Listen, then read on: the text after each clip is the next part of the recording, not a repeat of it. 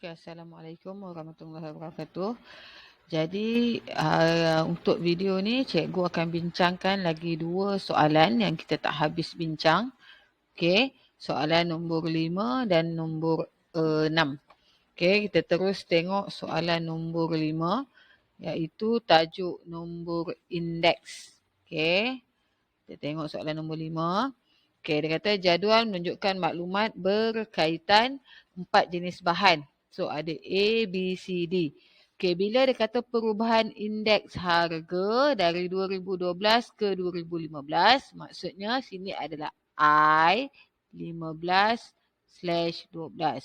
So kalau nak guna formula, dia adalah formula Q atau P, Q tahun 2015 per Q tahun 2012 kali 100. Okey. Apa maksud menyusut 10%? Maksudnya indeksnya adalah 90. Mana datang 90 daripada 100 kepada turun 10. Menyusut tu maksudnya turun 10. So tinggallah 90. Menokok ni maksudnya bertambah. Tengok version English version. Menokok 18 maksudnya 100 tambah 18, 118. Menokok 5, 105. Menokok 25% maksudnya 125. Okey. Lepas tu maklumat seterusnya dia kata kos pengeluaran tayar. Pengeluaran tayar ni maksudnya semua sekali lah menggunakan keempat-empat bahan. Pada tahun 2015 adalah RM50,500. Okey, soalan A. Jika harga bahan mentah A, so kita fokus kepada bahan mentah A sahaja, pada tahun 2012 ialah RM40. So Q12 adalah 40. Cari harganya pada tahun 2015. So Q15. So macam mana nak buat? Kita guna formula yang ni. Q15 harga 2015 per harga 2012 kali 100. Okey. So harga 2015 kita tak tahu berapa. Q15 ataupun P ya. P tu price, Q tu quantity. Okey, boleh guna mana-mana. Per 2012 harganya 40 kali dengan 100. Hasilnya adalah 90.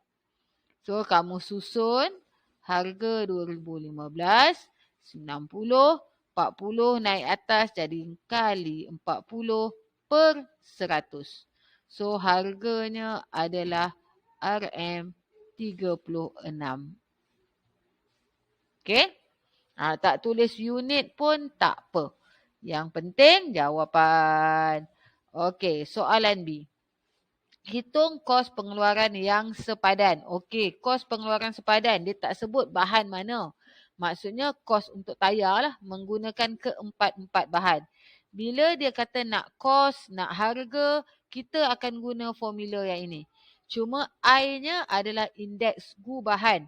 Sebab menggunakan keempat-empat bahan. Okey, so soalan suruh hitung kos 2012. So berapa harga 2012? Jadi harga 2015 dah ada dah yang ni. 50,500. So kita akan guna, ideanya adalah harga 2015 50,500 per harga 2012 kali 100 nak sama dengan apa? Okey. Tak boleh guna A, tak boleh guna B, tak boleh guna C atau D secara berasingan. So semua. Maknanya indeks gu bahan 2015-2012. So tugas pertama kita kena cari dulu indeks gu bahan. Apa dia indeks gu bahan? Formulanya adalah hasil tambah indeks dan pendaraban bagi pemberat. So 90 kali 2 tambah 118 kali 3 tambah 105 kali dengan 4 tambah 125 kali 1 per jumlah pemberat 2 tambah 3 tambah 4 tambah 1. Okey. So bila nak kira atas dulu, kira bawah. kemudian baru bahagi. Jangan tekan terus sebab kalkulator akan bagi jawapan yang salah lah. Okay. So hasilnya adalah 107.9. Okay. Ini belum jawapan lagi ya. Dia nak harga. So kita masukkan nilai ni dalam yang ini.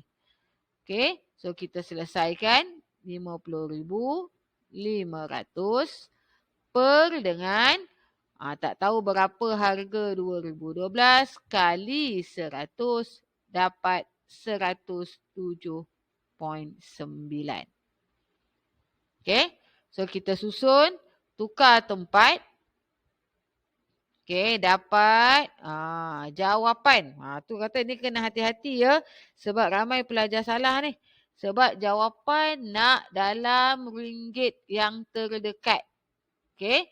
So, cikgu terus bagi jawapan akhirnya adalah RM 46803. Kalau kamu bagi ada 2 perpuluhan kat belakang terus salah. Sebab soalan dah bagi tahu dah. Nak nak ringgit yang terdekat. So, kena ikutlah. Okay. Next one. Soalan yang terakhir ni. C ni BI dengan BM tak sama. So, cikgu terima dua-dua lah. So, untuk video ni cikgu ambil yang BM punya versi lah. Sebab majoriti guna BM. So, kos pengeluaran dijangka menokok 6%. Maknanya dia menjadi 106. Okay. Dari tahun 2015 ke 2020. So, ada tahun yang ketiga. So, bila ada tahun ketiga, kita guna kaedah LOVE. Okay, kaedah LOVE. Macam mana nak guna kaedah LOVE? Okay, start nah.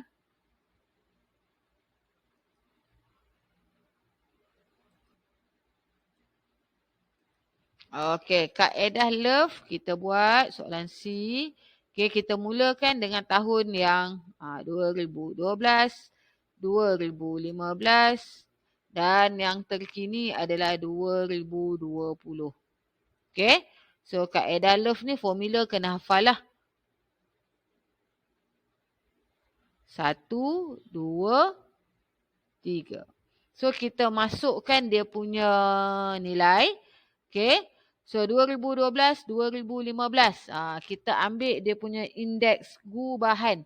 Okay. Sebab kos pengeluaran tu melibatkan semua bahan lah. So indeks gubahan dia yang ni. 107.9. Okay. 2015, 2020 kita ambil yang ni lah. Peningkatan sebanyak 6%. So jadi 106. Soalan nak 2012, 2020. So nak yang ketiga. So nak cari yang ketiga kena tunjuk apa yang kamu ganti. Jangan terus salin formula saja.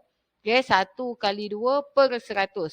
1 adalah 107.9 kali dengan 106 per 100. So jawapannya adalah 114. Okey, ramai yang stop sampai sini sahaja. Okey, kita tak terima sebab soalan tanya hitung peratus perubahan. So kamu kena mention meningkat sebab dia lebih 100. So meningkat sebanyak 14.37%. Okey. Kalau kamu tulis perubahan 14.37 pun cikgu tak terima. Kena tulis, kena bagi tahu meningkat. Okey, ada perkataan meningkat di situ. Okey, next one. Kita tengok soalan yang ke-6. Tajuk pengaturcaraan linear. Okey. Sebuah institusi menawarkan 2 kursus perniagaan, pengurusan dan keuangan. Okay, untuk pengurusan, dia punya variable adalah X. Untuk kewangan adalah Y. Okay, so untuk yang pertama, soalan A, tulis 3 ketaksamaan. Kita tengok yang pertama, jumlah maksudnya tambahlah. X tambah Y. Tidak melebihi, maksudnya lebih kecil atau sama dengan 80. Itu saja. Okay. Yang kedua, bilangan peserta kursus kewangan. Kewangan huruf apa? Y. Okey, tidak melebihi, tak boleh lebih juga. So lebih kecil sama dengan 4 kali pengurusan. So 4 kali pengurusan maksudnya 4x. 4 kali x. Kita tulis 4x. Yang ketiga, bilangan peserta khusus kewangan. Kewangan adalah Y mesti melebihi. So bila melebihi maksudnya tolak. Melebihi pengurusan. So Y tolak X. Sekurang-kurangnya. Sekurang-kurangnya tu maksudnya lebih besar atau sama dengan. Mesti lebih atau sama dengan 10. Dah. Dah cukup 3 markah. Okey. So soalan B. Gunakan skala 2 cm kepada 10. Okey, cikgu terus tunjuk dia punya hasil lah. Okey, yang inilah graf yang sepatutnya kamu lukis lah. Okey, ini yang sepatutnya kamu lukis grafnya. Okey, lepas tu kamu lorekkan. So graf yang pertama adalah X tambah Y lebih kecil daripada 80. So ini grafnya. Kalau tak tahu cara nak lukis macam mana, boleh PM cikgu lah. Cikgu takkanlah tunjuk satu-satu ya. So graf yang kedua adalah yang ini. So ini adalah graf yang ketiga. Okay. So inilah kawasan yang perlu dilorekkan. Dekat sini. Okay. So kita terus tengok soalan C dengan menggunakan graf. Okey, dia kata julat bilangan peserta bagi khusus kewangan. Kewangan adalah Y. Jika bilangan peserta khusus pengurusan adalah 20. Pengurusan tadi X. Maksudnya X 20. Yang ni. X kita 20. Kamu buat garis putus-putus. Sampailah atas. Okey. So dekat sini baca berapa? 60. Dekat sini adalah 30. So macam mana nak tulis? Cara penulisan maksudnya Y kita berada di antara 30 hingga 60. So cara tulis Y berada di antara 30 dan juga 60. Okey? So soalan yang kedua. Soalan yang kedua dia tanya jumlah yuran maksimum. Maksimum maksudnya yang besar lah. Okey. Jika yuran seminggu adalah 60 untuk pengurusan, maksudnya K kita adalah 60X tambah dengan 70Y. So kita tengok dekat graf yang kita lorekkan tadi. Okay. Cari titik yang menghasilkan titik maksimum lah. So 1, 2, 3. Ada 3. So yang ini confirm tak maksimum.